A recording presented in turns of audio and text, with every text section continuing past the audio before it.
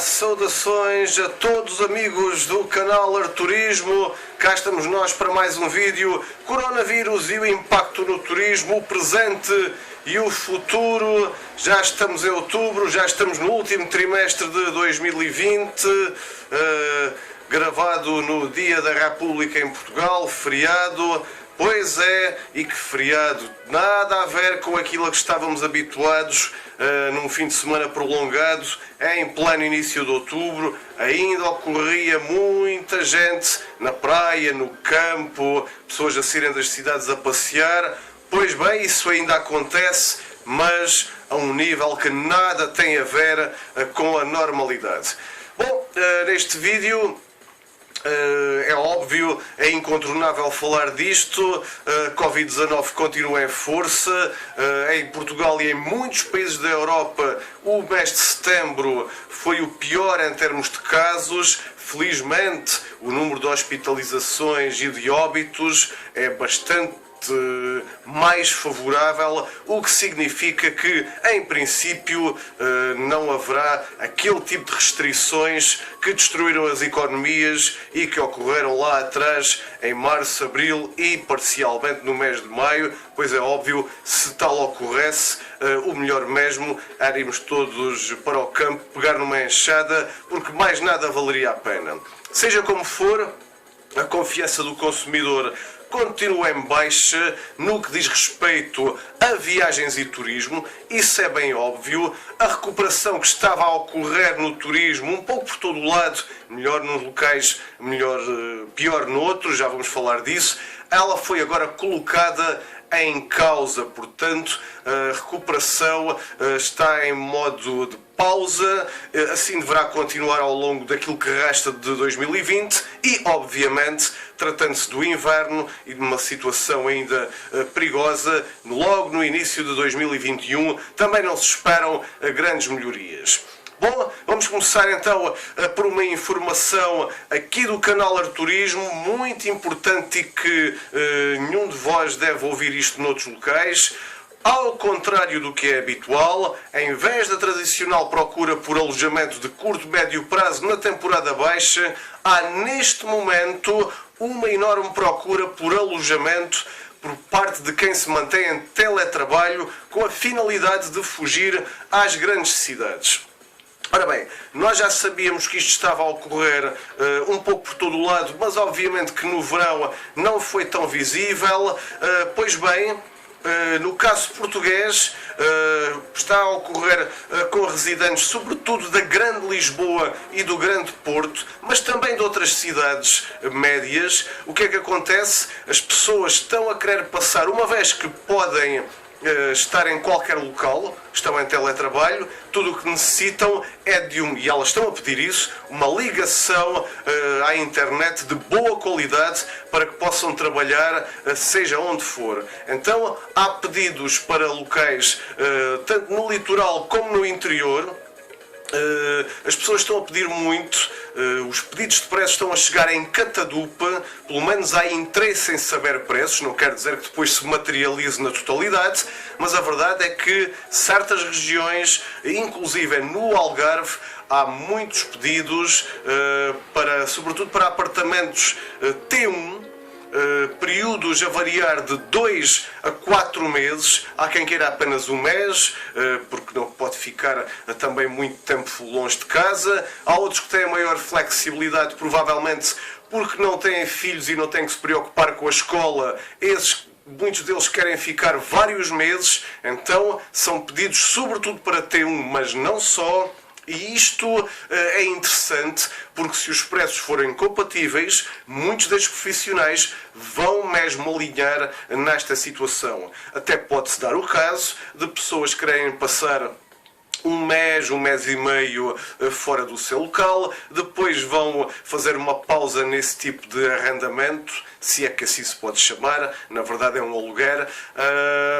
Poderão passar o Natal depois em casa ou com a família e ainda naquele primeiro trimestre de 2021 poderão, aproveitando os preços baixos de época baixa, voltar também a optar por mudar de local. Pode ser para o mesmo onde estiveram antes, pode ser para outro numa perspectiva de variar. Então, essa questão está a ser fortíssima. Em vez dos habituais alugueres de curta, média duração típicos do inverno, com muito ênfase em estrangeiros, em reformados de vários países da União Europeia, agora são as pessoas de cá e não só, até estrangeiros, em teletrabalho, a querer ficar de 2 a 4 meses.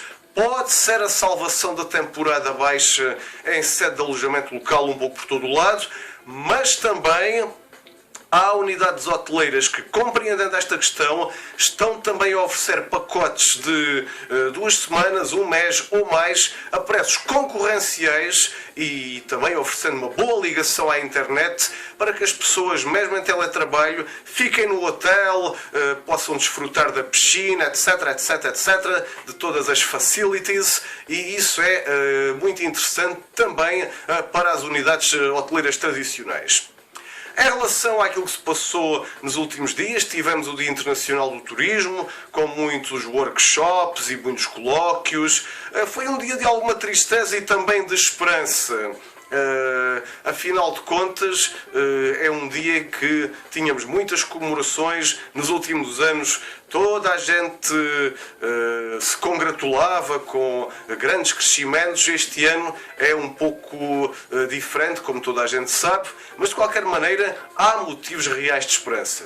No caso português, e como eu já disse há muito tempo, Portugal deve fechar 2020 com quedas em torno de 50% em relação a 2019, talvez um pouco melhor, mas em termos de receitas, talvez um pouco abaixo desses 50%. Até a nível governamental já se trabalham com estes números que eu adiantei aqui como uma enorme possibilidade logo lá atrás em maio, junho. Pois bem, mesmo com estas quedas impressionantes que nos levam muitos anos atrás, somos dos melhores da Europa. E porquê é que isso acontece?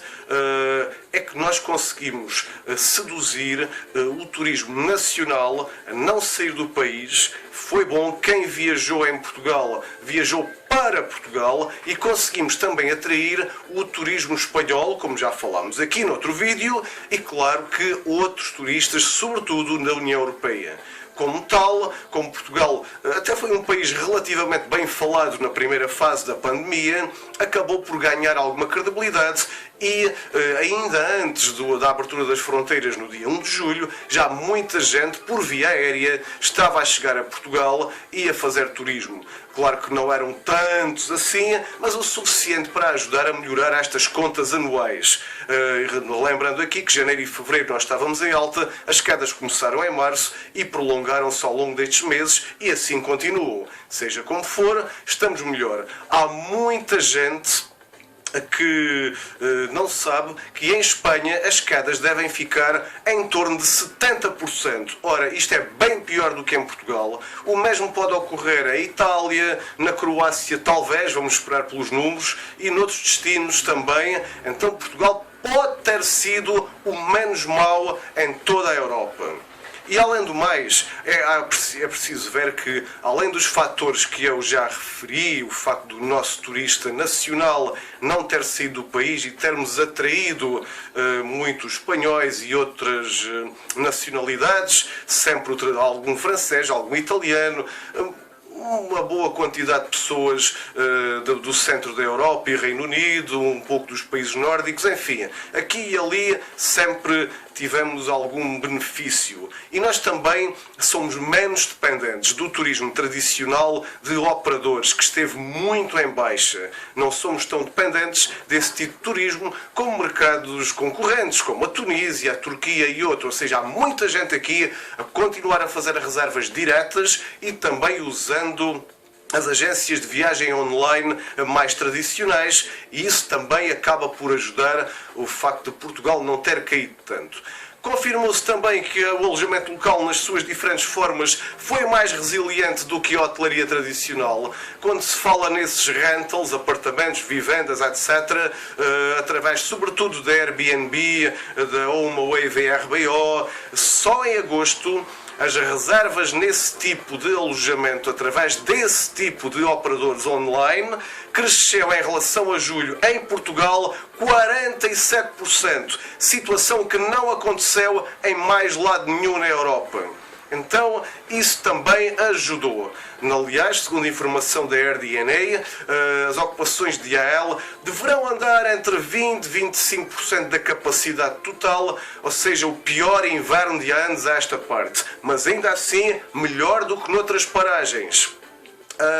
Claro que isso é muito interessante, muita gente desistiu do negócio, pelo menos por agora, por isso é que também se justifica a migração de muitos desses apartamentos, vivendas e por aí fora para as tais estadias longas, seja teletrabalho, seja os tais turistas normais de inverno. A verdade é que a Booking.com está agora a entrar neste mercado em força, sem falar de unidades hoteleiras um pouco por todo o lado, no Algarve, mas não só, que estão cada vez mais a oferecer descontos em reservas diretas, com um foco muito próprio em estadias de 2 semanas, de 1 mês, até de 2 meses, sobretudo entre as 2 semanas e os 2 meses, com descontos e benefícios muito especiais para atraírem também, lá está, essas possibilidades de turista de inverno, mais pessoas que estão em teletrabalho, e lá está, os hotéis estão a fazer isto, as agências de viagem online estão-se a focar nisto.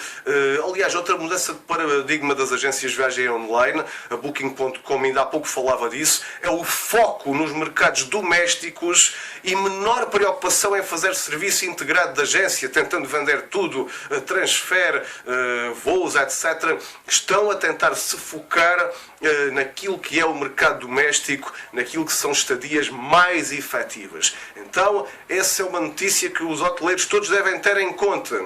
Um bom exemplo do mercado doméstico é a China. Apesar da recuperação e do aparente término do vírus como uma grande ameaça, as reservas hoteleiras na China ainda andam a metade do normal. Porquê? É devido à paralisia quase total de viagens internacionais. Por outro lado, o mercado interno está praticamente a atingir níveis de normalidade. Prevê-se que no início de 2021 tudo possa ser normal, ou seja, é um pouco como o nosso caso, mas numa dimensão infinitamente superior. Eu diria que o mercado chinês poderá recuperar na totalidade mais depressa do que outros mercados. O mercado externo, no entanto, não pode recuperar a confiança, seja na China, seja na Índia, seja na América, seja na Europa, seja onde for, porque a confiança das pessoas está em baixa. O tempo passa-se e continua a não haver soluções reais para o turismo. Já agora, neste outono e inverno, já falámos disto aqui e repito, onde é que estão os controlos médicos? É absolutamente necessário que as pessoas viajem de avião com testes ao coronavírus feitos. É muito importante que isso aconteça, tal como os barcos de cruzeiro estão a retomar a atividade, como os passageiros estão a fazer um duplo teste, tal e qual como os jogadores de futebol, e a tripulação a fazer um triplo teste antes de embarcarem num cruzeiro. Assim, as possibilidades de haver problemas são muito menores. Isto tem que acontecer também nos outros tipos de transporte, para que as pessoas tenham mais confiança. Da maneira como as coisas estão a acontecer, os erros a se repetirem tal como nos últimos meses, é muito difícil que o mercado internacional recupere rapidamente, a não ser que venha uma vacina, mas sem vacina arriscamos a que se leve demasiado tempo nessa recuperação. Portanto, as coisas estão em baixa, o mercado externo vai continuar em baixa porque de facto não há novidades em relação a isso, tal como não há novidades em relação a um pacote, a um package específico de apoio por parte da União Europeia. São milhares de milhões de euros e onde é que está um package específico para o setor de viagens e turismo? Não podemos deixar cair a aviação, o alojamento, etc, etc, todas estas empresas, senão quem é que vai estar cá para receber os turistas? Como é que eles se deslocam? Como é que as coisas acontecem? E com esta grande interrogação termina mais um vídeo do canal Arturismo, Coronavírus e o impacto no turismo. Saudações a todos, muito obrigado, subscrevam o canal, dêem um like, deixem o seu comentário e claro, até à próxima!